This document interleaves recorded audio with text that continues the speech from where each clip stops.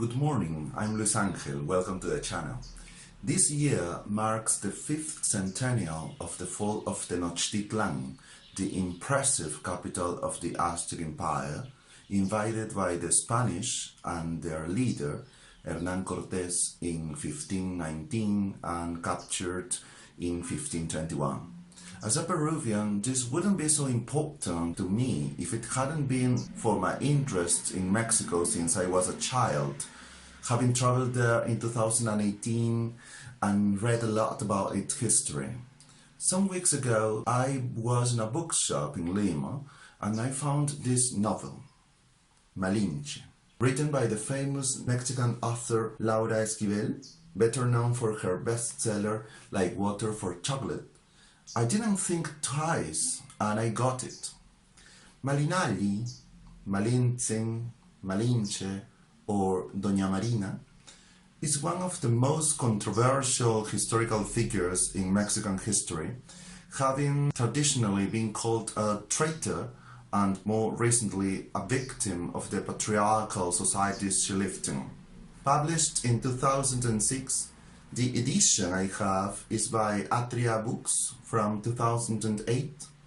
This novel is divided in 8 chapters and also includes a bibliography, a list of suggested questions, and tips for book clubs.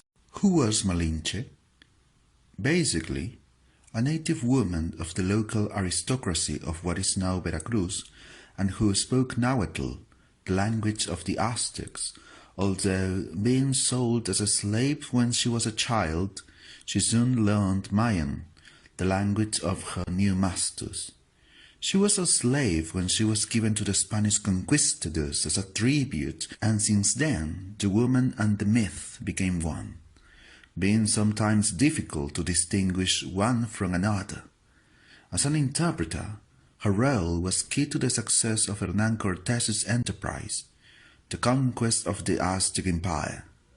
Knowing the 2 most important languages of the area, and learning Spanish as well, enabled her to be regarded as more than a mere slave. As I said before, her controversial role doesn't let her rest in peace even 500 years after the fall and destruction of Tenochtitlan, which is now Mexico City, the capital of the nation.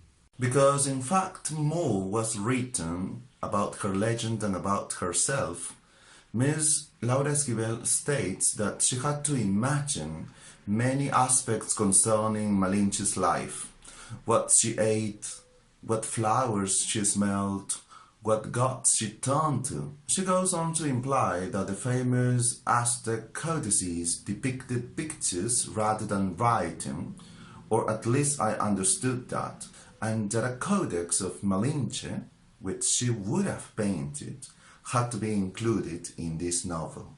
The codex was made by Miss Esquivel's nephew, Jordi Castells. You can find it here. Just trying to decipher this was as fascinating as challenging a task. It's amazing how the whole novel is synthesized from birth to death. The fact the codex was included adds realism to the novel and means a deep knowledge of fact and myth, which at the end of the day are the 2 halves in which this woman is divided. Since her very birth, destiny, perhaps expressed in the many gods of ancient Mexico, dictated that she was not to be an ordinary woman. Even though, as a child, her life would turn upside down and, as an unwanted daughter, she ended up being a slave. Another extraordinary character in this novel is Hernan Cortes, the Spanish conquistador who put an empire at his feet. It seemed they would be together forever in an interdependency, but he was not the man Malinche imagined. More materialistic than spiritual, gold seemed to be his only interest. There are some aspects of this novel which I have liked and appreciated. First, the relationship she had with her grandmother. I would have never imagined that tender dimension of a woman, Had Malinali or Malinche ever been a child? Yet the grammar embodies that philosophy, the teachings, that way of seeing things which characterize Mesoamerican peoples from the dawn of their civilization. Second, the poetic quality for which the Nahuatl language is famous. Let's listen to what Malinali's father said when welcoming her to this world. Here you are, my daughter, the one I had waited for, the one I dreamt of, my precious stoned necklace, my quetzal plumage, my creation, the one born to me. You are my blood, my color, my image is in you. My little girl, you must watch carefully. Behold your mother, your lady. From her womb, from her breast, you detached yourself, and you sprouted. As if you were a herb, you sprouted like this, as if you had been asleep and had woken. Now you live, you were born, our Lord has sent you to earth. He, the owner of the near and the next, the maker of people, the inventor of mankind.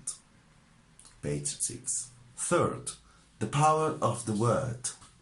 On page 27, we can see that it was Malinali's grandma's merit, the fact that she could use a sophisticated language at the age of 4. On page 33, there is a blunt phrase, as cruel as true. Without words, language of speech, there would be no enterprise. In the lack of an enterprise, there would be no conquest. Page 63 tells us that by being an interpreter, she controlled the situation and the word could become the best weapon. This power of the word is linked to the psychological aspect of the conquest, which represented a dilemma. Was she selfish and a traitor? Because only the triumph of the Spaniards guaranteed her own freedom? If she had said the Spaniards were just men, not gods, they would have been killed straight away. But she didn't do so. Not only that, but because she warned Cortes that the people of Cholula were planning an attack, he decided to perpetrate a massacre. She could have prevented this from happening. She also died that day.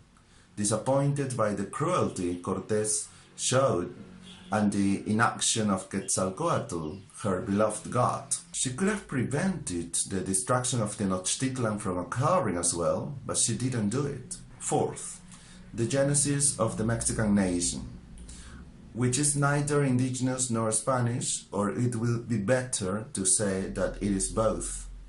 Her marriage with Spanish Juan Jaramillo not only produced mestizo children, but a mixture of languages, maize and European plants, ingredients from the land and beyond, which created a surprising result, page 171. The very, very famous Mexican cuisine.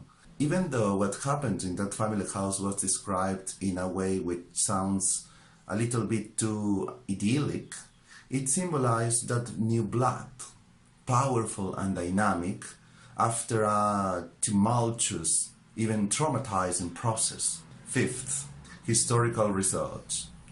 On the solar calendar, on the magnificence of Tenochtitlan, on the omens announcing the conquest, on the conquest itself, with all its drama, atrocities and valor. On the personality of Emperor Moctezuma, etc.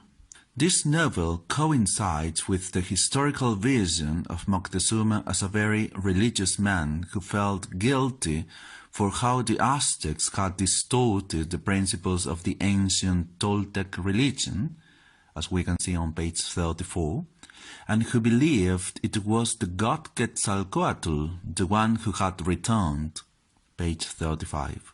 Was he a fanatic? The scene of the meeting between Moctezuma and Cortes, with Malinche as the interpreter, was moving indeed. Through her words, he virtually ceded his empire to the Spaniard. he humiliated himself in front of whom he regarded as gods, which meant he humiliated his people, rich and poor, in a national disgrace. Though being a novel, this book has an impressive bibliography. 31 authors, historical and contemporary. It also contains questions to be answered and debated in a reading club, and even tips to make a memorable experience of this, such as hot chocolate, visiting a local museum, looking at maps, etc., which would be relevant to the comprehension of this. For all of these reasons, this book has fascinated me with its facts and imagination, its bittersweet flavor, and its codex-like nature, since all these words show pictures of all types. Highly recommendable indeed. Bye-bye.